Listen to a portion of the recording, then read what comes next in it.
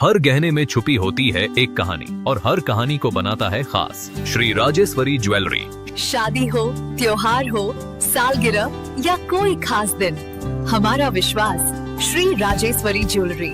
यहाँ मिलता है आपको शुद्ध हॉलमार्क गोल्ड ज्वेलरी का बेहतरीन कलेक्शन, क्वालिटी जो दिल जीत ले, डिजाइन जो नजरें थाम ले और भरोसा जो पीढ़ियों तक साथ निभाए। श्री राजेश्वरी ज्वेलरी, जहाँ हर खुशी का गहना आपका इंतजार कर रहा है। पता नियर शास्त्री रोड, एबरडीन बाजार, श्री विजयपुरम। कॉल 031922333822। श्री राजेश्वरी ज्वेलरी, आपके सपनों का गहना हर मौके के लिए।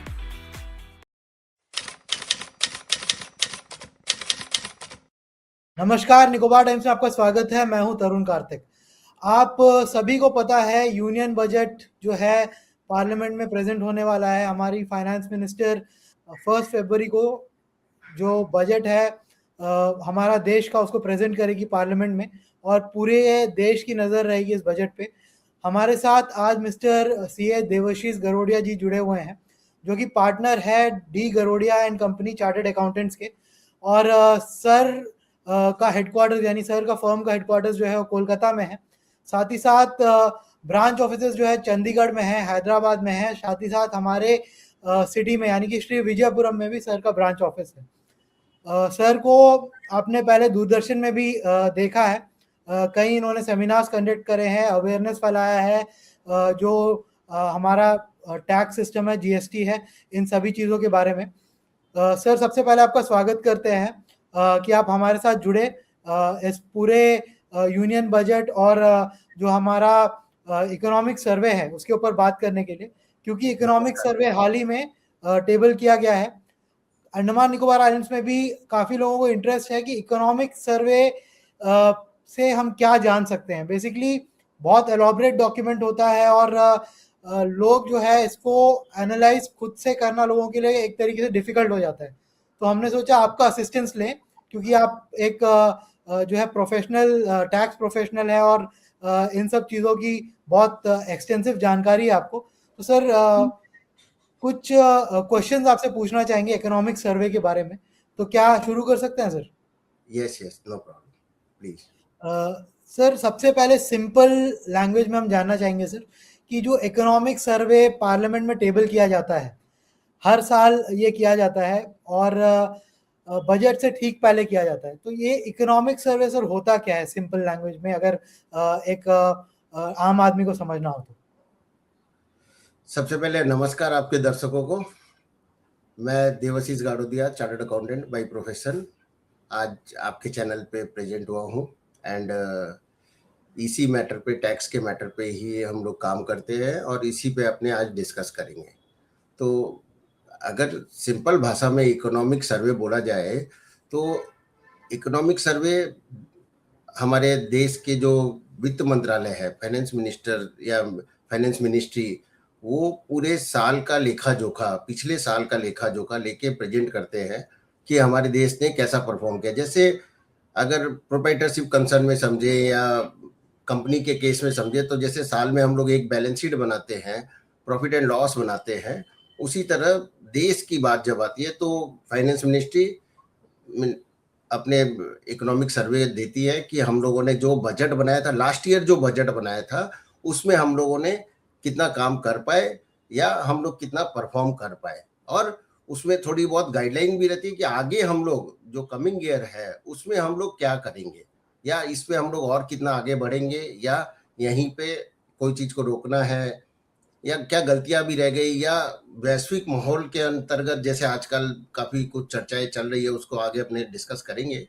इसको लेके ही सर्वे एक बनाती है सरकार और वो पार्लियामेंट में प्रेजेंट करती है।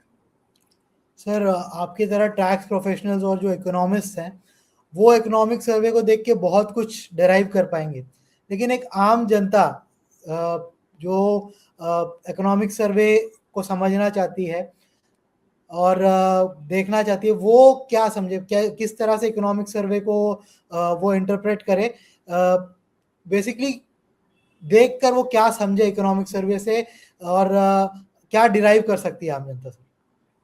देखिए, अगर कुछ पॉइंट्स में अपने बात करें, जैसे गवर्नमेंट इंफ्रास्ट्रक्चर पे खर्चा करती है, गवर्नमेंट के बहुत सारे पब्लिक वेलफेयर पे खर्चे होते हैं, गवर्नमेंट की अलग अपनी एक रेवेन्यू एक्सपेंडिंग है पूरी, जैसे गवर्नमेंट के जो सर्वेंट्स होते हैं उनकी सैलरीज वगैरह जाती है, प्लस और भी एडमिनिस्ट्रेटिव एक्सपेंसेस होते हैं। तो ये सब का लेखा जोखा उसमें रहता है इकोनॉमिक सर्वे में। जैसे आपने मान लो इंफ्रास्ट्रक्चर में लास्ट ईयर सपोज करो आपने 4 लाख करोड़ का गवर्नमेंट ने बजट दिया कि 4 लाख करोड़ हम लोग इस साल देश के इंफ्रास्ट्रक्चर को डेवलपमेंट में खर्चा करेंगे। तो उसमें हम लोगों ने कितना खर्चा कर पाए, कितना उसका काम हुआ, एंड अभी हमको और मतलब अगर प्रोग्रेस की स्पीड को बढ़ानी है, जो इकोनॉमिक रफ्तार को बढ़ानी है अगर, तो हम लोग और कितने और खर्चे अपने को करने पड़ेंगे, या उसका बजट हमको कितना और बढ़ाना पड़ेगा, वो बजट कहाँ से आएगा, उसके ऊपर भी थोड़ी बहुत चर्चाएं रहती है इसमें। एंड आम आदमी का तो देखो सब चीज ही बजट से ही निकलता है। जो अपने 1 तारीख संडे को आने वाला बजट, आम आदमी का पूरी लाइफ साइकिल उस बजट के चारों तरफ चलती है। दो डायरेक्टली इनडायरेक्टली अपने ये बोल सकते हैं कि भाई हमारे को क्या फायदा हुआ या नुकसान हुआ, दिखता नहीं हो, लेकिन वो सब चीज आम आदमी के लिए ही है। सरकार मतलब सरकार कहीं अलग नहीं है, सरकार और हम लोग एक ही है। जो भी बजट के फायदे हैं वो सब सरकार हम लोगों के लिए ही करती है। सर हमारा जो इकोनॉमी है, तो ये इकोनॉमिक सर्वे को देखते हुए आने वाले टाइम के लिए आपको क्या लगता है, गवर्नमेंट का क्या प्लान है हमारे इकोनॉमी के लिए, पूरा जो हमारे देश की इकोनॉमी है उसके लिए? देखिए पिछले साल को अगर आप देखें 25-26, मतलब जो अभी रनिंग ईयर चल ही रहा है, इसमें 2 महीने बाकी है, तो बड़ा डिस्टरबेंस भरा सा हाल रहा। आप अगर देखोगे तो रसिया उधर यूक्रेन के साथ लड़ाई कर रहा है, ट्रंप ने पूरे एक दुनिया में टैरिफ का मचा रखा है, प्लस अपने इंडिया में खुद इटसेल्फ ऑपरेशन सिंदूर हुआ, इंडिया पाकिस्तान की जो छोटी मोटी फाइट हुई है, प्लस बांग्लादेश इधर डिस्टर्ब हुआ है। कई तरह के इकोनॉमिक सीन्स बने जिससे कि इकोनॉमी को डिस्टर्ब होना था, और इंडिया ने उसके लिए अपना ग्रोथ रखा था कि हम लोग फिर भी अराउंड 7 के आसपास ग्रो करेंगे, 7% के आसपास, एंड जो हम लोगों ने अचीव भी किया as per economic survey. And उसी तरह आने वाले साल के लिए जो 26-27 होगा, जो हम लोगों का अप्रैल से चालू होता है और अगले मार्च तक जाएगा 27 के, उसमें क्या है, उसमें फिर से गवर्नमेंट ने वही ग्रोथ रेट दिया है कि we will expand between 6.8 to 7.2, तो 7%, 7.2%। एंड ये जब अगर ये डिस्टरबेंस रहा, अगर माहौल अगर थोड़ा भी फेवरेबल बनता है, मान लो ट्रंप के साथ सेटलमेंट होता है, जैसे अभी हम लोगों ने मदर ऑफ ऑल डील्स देखा, मतलब यूरोपियन यूनियन के साथ जो अपनी डील हुई है, इस तरह की फेवरेबल कुछ और चीजें हुई, तो शायद हम लोग और भी बेटर ग्रो कर पाए, क्योंकि हम लोग स्टेबल सरकार है और डिसाइसिव सरकार है, और सरकार हर चीज में बहुत प्रोएक्टिव है। भले वो जीएसटी हो, भले ही वो इनकम टैक्स हो, भले ही वो कॉर्पोरेट लॉ हो, ईज ऑफ डूइंग बिजनेस हो, सो मेनी थिंग्स गवर्नमेंट जो है पब्लिक के लिए और बिजनेस के लिए कर रही है कि उससे अपनी ग्रोथ जो है, जो हम लोग 8% की तरफ में काम कर रहे हैं, और हम लोग अचीव करेंगे उसको। जो हमारा ऑडियंस प्राइमरीली अंडमान निकोबार से आता है, तो इकोनॉमिक सर्वे से अंडमान निकोबार के लिए क्या जो है निष्कर्ष निकल के आता है? सर क्या डिराइव कर सकते हैं, अंडमान निकोबार आइलैंड्स का फ्यूचर जो है कैसा होगा, किन सेक्टर्स में जो है गवर्नमेंट यहाँ पे जो है ज्यादा ध्यान देगी, कौन सा सेक्टर्स का डेवलपमेंट यहाँ पे जो है ज्यादा हो सकता है? सर अगर मैं बात करूँ अंडमान निकोबार पर्टिकुलरली, आप ने तो शायद नहीं पढ़ा होगा, इकोनॉमिक सर्वे में गवर्नमेंट ने स्पेसिफिकली वाटरवेज के लिए बात किया है। वाटरवेज इंडिया में लास्ट 10 ईयर्स में 21% के कंपाउंडेड एनुअल ग्रोथ के रेट के ऊपर में बढ़ा है, एंड गवर्नमेंट बहुत होपफुल है कि हम लोग वाटरवेज के ऊपर बहुत काम कर सकते हैं।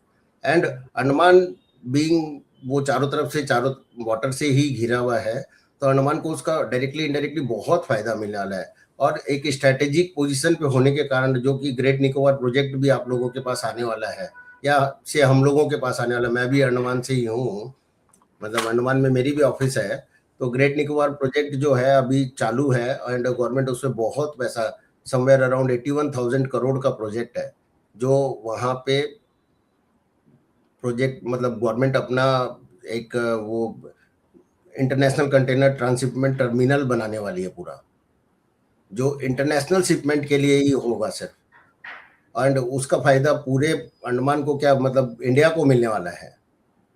ब्लू इकोनॉमी बोल के जो मैरीन टाइम के लिए हम लोग इंपोर्ट एक्सपोर्ट बहुत लार्ज स्केल पे सोच रहे हैं, मतलब इंडियन, तो उसके लिए भी गवर्नमेंट बहुत फायदे दे रही है।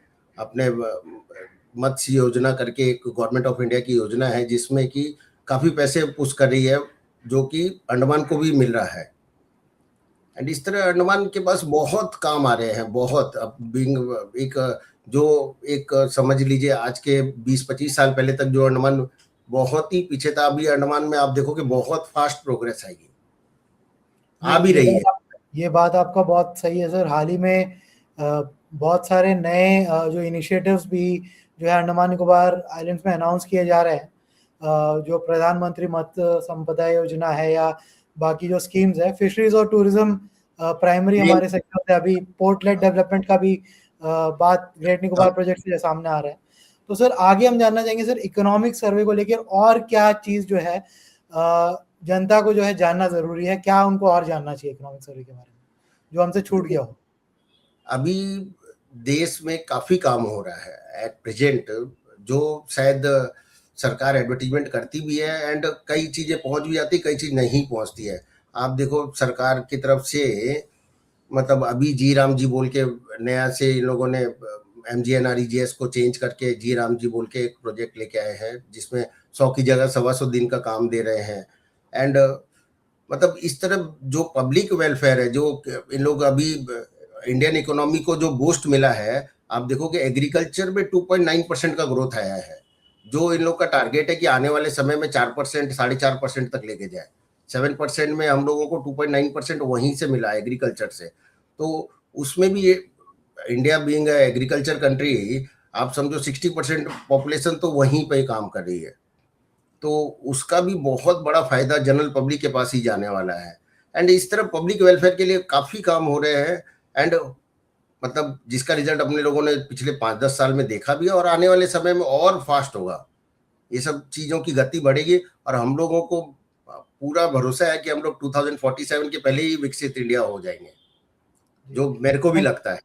आपने विकसित भारत का बात किया सर। विकसित भारत 2047 का जो एम है, मैं कहीं पढ़ रहा था तो किसी न्यूज आउटलेट ने रिपोर्ट किया था कि बजट डॉक्यूमेंट पिछले कुछ सालों से एक तरीके से विकसित भारत का एक झलक उसमें दिखता है, ऐसा उन्होंने रिपोर्ट किया था अपने उसमें। और बजट डॉक्यूमेंट का थोड़ा सा कुछ स्टाइल और वो सब कुछ चेंजेस किया है गवर्नमेंट ऑफ इंडिया ने, इसकी वजह से लॉन्ग टर्म का सोच बेसिकली बजट डॉक्यूमेंट में दिखता है, ऐसा उन्होंने डिराइव किया था अपने जो उसमें निष्कर्ष में। तो हम आपसे ये जानना चाहेंगे सर कि इकोनॉमिक सर्वे को देखते हुए सर, अभी आने वाला बजट में, यानी कि 1 तारीख को जो बजट प्रेजेंट होने वाला है, यूनियन बजट, इसमें हम क्या एक्सपेक्ट कर सकते हैं सर पूरे कंट्री के लिए? देखो, सबसे पहले तो इंडियन इंफ्रास्ट्रक्चर में काफी बड़ा बूस्ट आने वाला है, जो मेरे को लगता है। आई एम वेरी होपफुल कि इंडियन इंफ्रास्ट्रक्चर में गवर्नमेंट बहुत बड़े प्लान्स लेके आने वाली है। एक्सपोर्ट के ऊपर इंडिया का बहुत फोकस है अभी, जो है मैन्युफैक्चरिंग हो या एक्सपोर्ट हो, उसके ऊपर गवर्नमेंट बहुत सारे PLI लेके आ रही है। और सॉफ्टवेयर प्रोसेसिंग में इंडिया ऑलरेडी लीड करता है, और भी इंडिया फोकस करेगा उसके ऊपर में। और डिफेंस सेक्टर है जिसमें इंडिया फोकस करेगा आने वाले समय में। इस तरह ये जो 4-5 बेसिक सेक्टर है, जहां आप समझो हाउसिंग सेक्टर है, हाउसिंग सेक्टर को भी गवर्नमेंट इस समय जो है काफी ध्यान से देख रही है। एंड हाउसिंग सेक्टर इटसेल्फ ही ऐसा सेक्टर है जहां अगर थोड़ा भी ग्रो किया तो वो मल्टीप्लाई होता है। सेम वे में अगर डिफेंस में पैसा लग रहा है तो वो मल्टीप्लाई हो रहा है पैसा। इंडिया जो है made in India, make in India जो प्रोजेक्ट चला रहे हैं, उसके अंदर इंडिया में डिफेंस की खुद की बहुत सारी चीजें बन रही है, एंड इंडिया उनको एक्सपोर्ट भी कर रहा है। जो इंडिया एक इंपोर्टिंग कंट्री था, वेयर अब इंडिया का पूरा फोकस आ गया कि हम लोग डिफेंस एक्सपोर्ट करेंगे, एंड उस पर बहुत अच्छा काम चल रहा है। आने वाले समय में उसका रिजल्ट आने लगेगा। हो सकता है 1 साल 2 साल 3 साल लग जाए, क्योंकि ये सब चीज लॉन्ग टर्म चीजें हैं। और ये 20 साल में तो डेफिनेटली हम लोग चेंज होंगे ही होंगे, और हम लोग विकसित होना ही है हम लोगों को। और विद इन से आई थिंक बाई 2030 हम लोग तो 3rd largest economy by any mathematics हो ही जाएंगे, मतलब उसमें कोई डाउट ही नहीं है। ओके, सर बजट से हटके एक क्वेश्चन जो सबके माइंड में है, जनता के माइंड में है, ये मदर ऑफ ऑल डील्स जिसको बोला जा रहा है, इंडिया ईयू के साथ इंडिया ने जो डील किया है, जो ट्रेड डील किया है, खास करके ट्रम्प के इंडिया के ऊपर इस तरह अनफेयरली टैरिफ लगाना और उसके बाद पूरे यूरोपियन यूनियन के साथ इंडिया का इतना बड़ा ट्रेड डील साइन करना, लोगों में काफ़ी ज़्यादा क्यूरियोसिटी है। तो इस डील के बारे में आप क्या बता सकते हैं? अंडमान निकोबार के संदर्भ में अंडमान के लोगों को इस डील का कैसे फ़ायदा हो सकता है?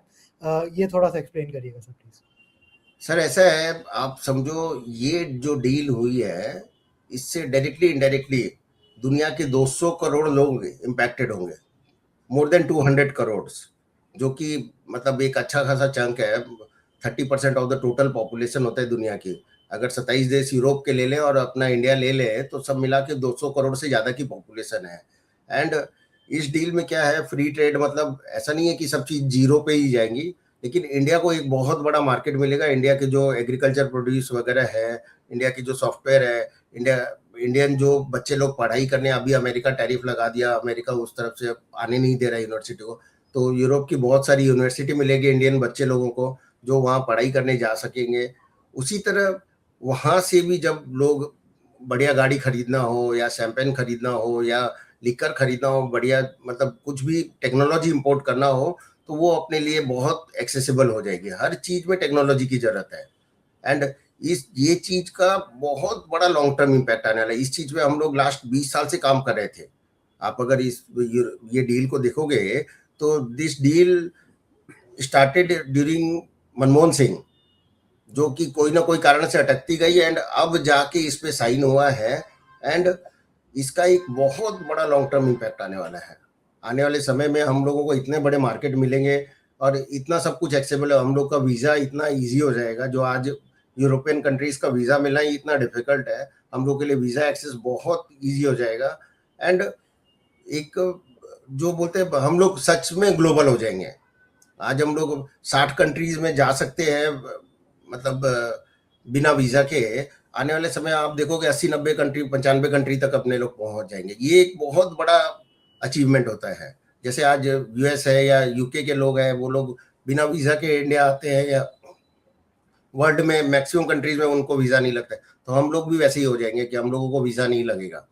तो ये आई एम वेरी होपफुल कि ये जो डील है ये तो मतलब गेम चेंजर है, ये रियल में मास्टर स्ट्रोक है। एंड इसका इफेक्ट जब आने लगेगा तो हम लोग मल्टीप्लाई करेंगे, इकोनॉमी मल्टीप्लाई। जी, स्पेशली अगर अंडमान निकोबार के कंटेक्स्ट से देखा जाए तो हम लोग जो फिशरीज का प्रोडक्ट्स है, यानी कि क्रैब्स हो गया, फिश हो गया, श्रिम्प्स हो गया, ये सब हम लोग बेसिकली एक्सपोर्ट करते हैं। लेकिन जी, बहुत बड़ा फायदा मिला है इस सेक्टर को, जो कि अमेरिका ने टैरिफ लगा के डिस्टर्ब किया है। ये यूरोप का मार्केट खुलते ही हम लोगों को बहुत बड़ा फायदा। और आप देख लेना during this year only, I am very hopeful कि यूएस भी अपने साथ डील करने के लिए आएगा एंड ये जो 50% टैरिफ है ये नॉर्मल हो जाएगा। फिर आप समझो जो ग्रोथ हम लोग पहले कर रहे थे, उसके बाद ये नया मदर ऑफ ऑल डील्स आने के बाद में हम लोगों के पास इसको मल्टीप्लाई हो जाएगा। एंड जो आप लोग का मैरीटाइम एक्सपोर्ट्स है, वो आप समझो कितना बड़ा मार्केट आपको नया मिल गया। एंड बहुत इजी हो जाएगा, बहुत ज़्यादा इजी, मतलब बियॉन्ड इमेजिनेशन। जैसे इट इज लाइक आप इंडिया में ही कुछ सेल कर रहे हो, it will be like that only. Sir जो इकोनॉमिक सर्वे है उसको देखते हुए और आपका जो भी आपने इंसाइट्स गैदर किया है, एक अंडमान का एक एवरेज कोई बंदा हो जो अभी अपना बिजनेस स्टार्ट करना चाहता हो, आप उसको क्या एडवाइस देंगे? किस सेक्टर में बिजनेस स्टार्ट करने पर जो है उसको सबसे ज़्यादा वो एडवांटेज उठा सकता है गवर्नमेंट के पॉलिसीज का और इन सब चीज़ों का, जो कि आने वाले बजट में भी आने वाला है और साथ में जो पॉलिसी अभी कई सालों से कंटिन्यू हो रहा है उसके अनुसार से? देखो, अंडमान बहुत ही टूरिज्म के लिए एकदम फेवरेबल जगह है। आप समझो बगल में थाईलैंड है, जहाँ पूरे दुनिया का मतलब सबसे बड़ा टूरिज्म स्पॉट है वो, और अंडमान उसको कॉम्पीट करने के लिए एकदम रेडी है। सरकार भी ध्यान दे रही है एंड लोग भी उस चीज़ों को समझ रहे हैं कि हम लोग रेडी है। तो जो लोग जिस लेवल से काम करना चाहते हैं, टूरिज्म बहुत बड़ा सेक्टर है, जहाँ आप होटल बना सकते हो, रेस्टोरेंट बना सकते हो, इवन छोटे-मोटे बोट्स जो चलते हैं सी पे, वो चला सकते हो आप। और मतलब टूरिज्म में तो अनलिमिटेड काम है। आप अगर जो मर्जी वो काम कर सकते हो, जिसमें अब तो गवर्नमेंट लोन फैसिलिटी इतना ईज़ी कर दिया है, आपको कोई भी गवर्नमेंट बैंक में जाओगे तो प्रधानमंत्री जन धन योजना जो है, उससे आपको इतना सुविधाजनक लोन मिलता है और मतलब आप कुछ भी कर सकते हो। और अंडमान में तो अनलिमिटेड अपॉर्चुनिटी है। जैसे मेनलैंड में तो पॉपुलेशन भी बहुत है, आप लोग के पास तो पॉपुलेशन बहुत ही हैंडफुल है। इतना ग्रीनरी है, इतना मतलब टूरिज्म के लिए स्कोप है। आपका उधर कोई भी बंदा अगर नया कुछ भी काम करता है, I think he will be successful. मेरे को नहीं लगता कि उसमें कोई डाउट है। सर आगे आपसे बजट के विषय में जो है बातचीत होता रहेगा सर, क्योंकि बजट 1 तारीख को प्रेजेंट होने वाला है।